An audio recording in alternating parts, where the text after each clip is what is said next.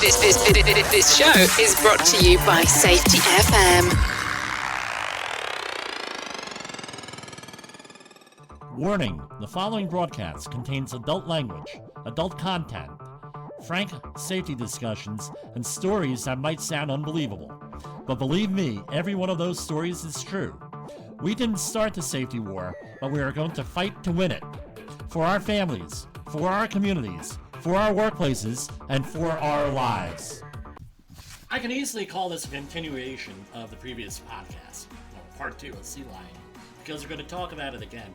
I got some feedback from the last episode, and some of our listeners wanted to have a little bit more detail on the abrasive blasting one, because that's something that a lot of people don't face. And if they have it in their facility, someone abrasive blasting, what we used to call sandblasting, we don't call it that anymore. What do you look for? So I'm not going to go and give a full-blown abrasive blasting thing, but I'm going to start with this story. So, as a refresher, we had an industrial painting company coming into the facility. I didn't mention this, but they were painting the inside and the outside of a above-ground storage tank.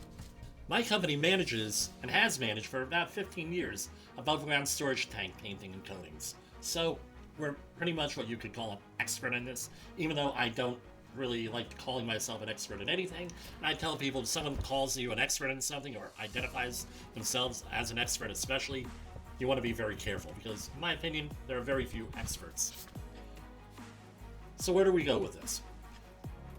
For abrasive blasting, the appropriate PPE is almost always a blast hood with supplied air. This is for open blasting. And you have to have containment, you have to have other things going on here, like controls and safeguards.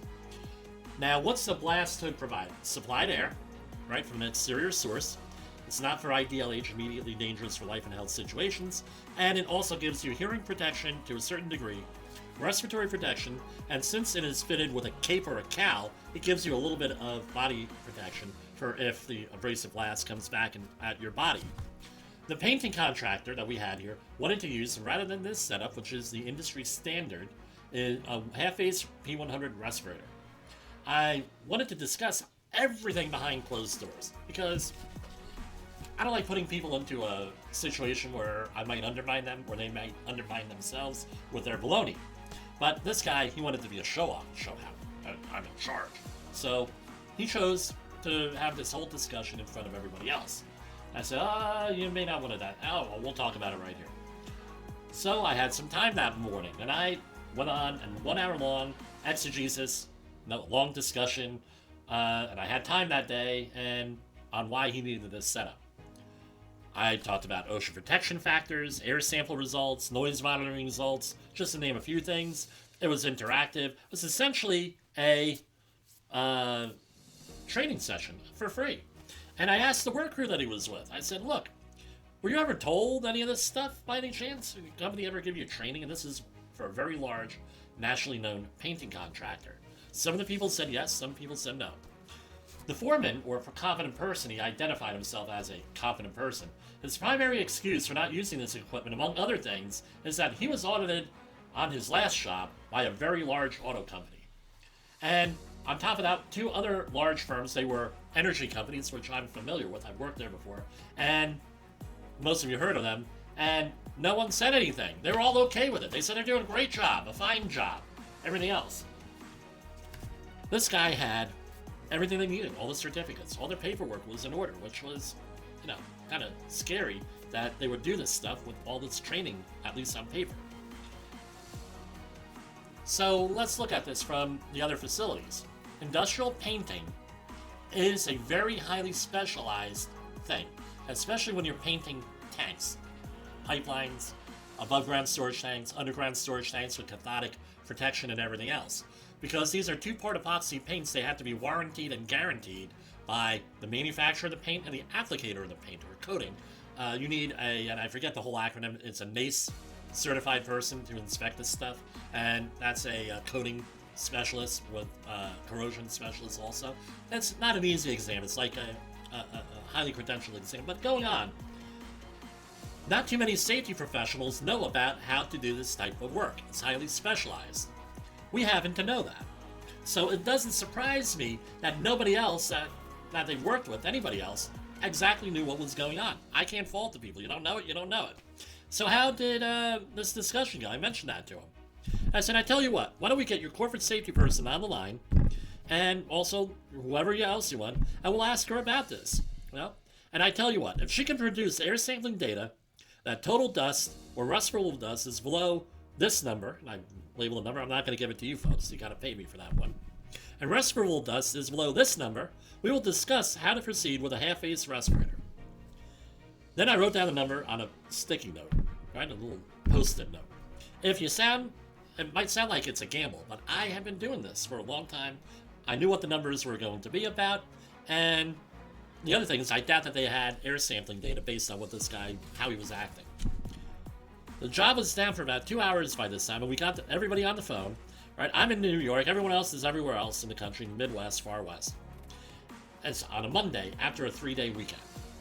I briefly explained the situation to the project manager and the safety professional. And she says to me, the safety professional says, hold on, Jimmy. I'll get the IH samples that we got from last week. We just got them, hold on. I was shocked, right? Then she says, well, these are the results. And wouldn't you know it, they were within 5% of my number. And I had it written down, like the amazing Kreskin on the old Johnny Carson show, right? The Late Show. Where it was hysterical on a certain level. The response from the project manager was even better. So he was in supplied air, right? She said, it's company policy that all abrasive blasting is to be done in supplied air. Period. End of discussion, regardless of where you are. And by the way, he is in violation of our company policy and his training, which we just gave to him like 3 weeks ago. Right? The work proceeded, end result, the work proceeded safely after this, but we were unable to come to a friendly relationship with the contractor's foreman. The management loved me, but his foreman, they didn't like it. Because one of the reasons was he chose to openly confront me in front of everyone and go through this whole process in front of everyone rather than behind closed doors. That was his first mistake. His work crew did not trust him after this, and eventually had led to him leaving the company. I blame the company, not the person, for putting him in this situation, and there must have been some type of incentive for him to do this, either an informal or informal type of thing, right? With the right attitude and some experience, he probably would have been a very valuable asset to that company. So what did we learn from all of this? One, don't confront people in front of everybody. Be a nice person. Be helpful. Number 2, the foreman expected that the safety officer did not know anything about what he was doing. That was the expectation because that was his experience. He also expected the safety people to stay in their office and not do anything. I don't know, go on the internet or something. Study for a test. The other thing is this, and based outside this discussion, if the safety officer told him to do something, he would ignore it. That was his other thing, because in his mind it made the job easier and quicker. Next thing, smaller projects mean you could get away with more, because on the big jobs, they got away with more. So on the small jobs, that means that they're going to get away with stuff because it's a smaller job in their mind. This is what his experience was.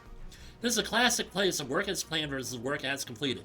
The company did not know what was going on in the field. Let's talk about that more in a minute here. The other thing is this. I was talking to the workers in the course of the project over the next couple of weeks, and the workers did not push back on their foreman, or competent person in this case, who encouraged them to work unsafely and ignore the rules. They all had the same training. They all had about the same level of experience, except this person was a foreman. There was an incentive, if only informally, to ignore the rules. What was the incentive? The workers got better treatment, didn't have to work as hard, got positive feedback from their foreman and from their management and everything else. But consider this. All the hazards associated with this activity that there was an issue with. We didn't have issues with physical hazards, slips, trips, and falls. The fall protection, anything like that. We had problems with industrial hygiene. All these hazards that I pointed out here, noise, respiratory, right, in this case, confined space entry, this was also confined space entry, all had to do with long-term exposures, noise exposures. You don't wear hearing protection, and you're not going to have to worry about, your hearing being impacted now, you're going to have to worry about that hearing being impacted 10, 15, 20 years from now. Again, long term. It's not an immediate thing. You fall, you break your leg, that's me, this is long term. Respiratory hazards. Although we don't use crystalline silica as a blasting medium as much anymore, especially with the new regulations, we still have some hazards related to dust, just regular dust. Any other respiratory hazards from glass media may take years or even decades to show up. So again, here you have something, we're doing something, but we're not seeing a bad thing happen immediately. We've got to think long term. Ergonomic stressors. Blasting has ergonomic stressors. Again, that's a long-term exposure. Very difficult for these people to get into their heads sometimes. For people to appreciate this. Confined space entry. If you're relying on a permit and a piece of paper for a confined space entry situation to make it safe, you're probably going to fail. Things will not be assessed. That's why in a confined space entry program, you have multiple controls in there. That paper is just on the last piece in those controls. That's to verify that all the controls are there. Again, if these things are planned out, nothing's going to happen because they have multiple levels of protection.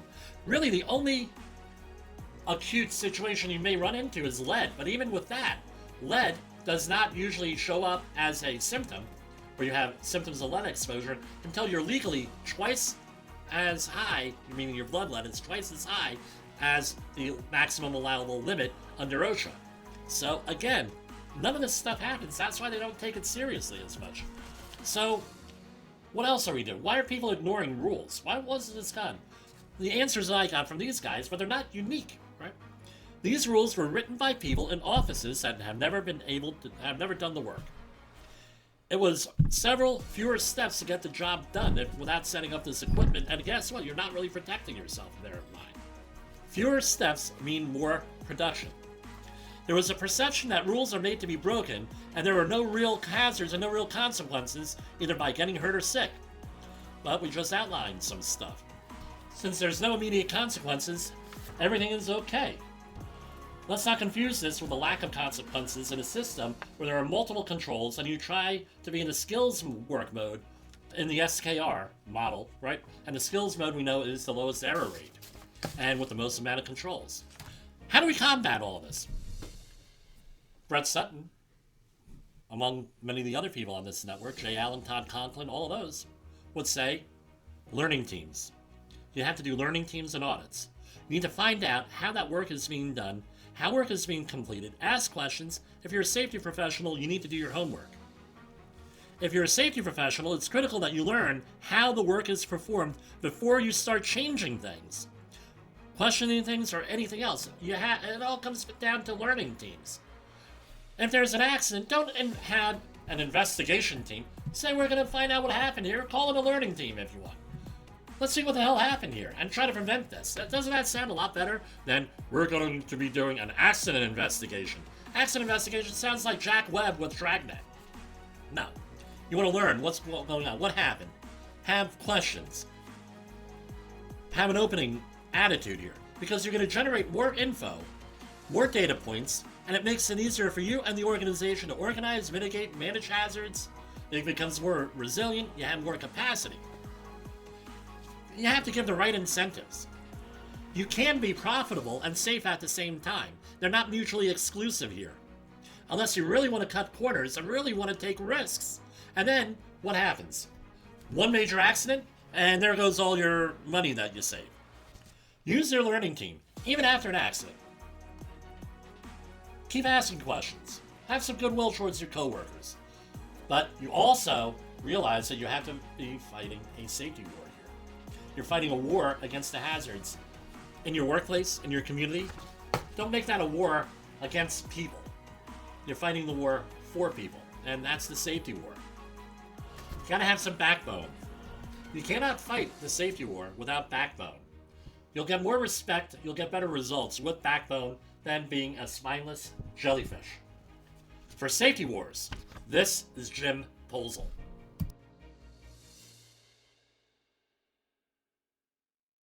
Are you tired of hiring safety consultants and safety professionals that don't have any passion for what they're doing? How about those who have never worked in the field or done the dirty work? Is there resistance to taking safety training because the training is boring, irrelevant, and unengaging? Are your employees playing a teen, college student, or someone on the dark web to take the online safety training for them? Look no further. Safety Wars can come to your facility or do most of the training you need through an online platform at times convenient for you.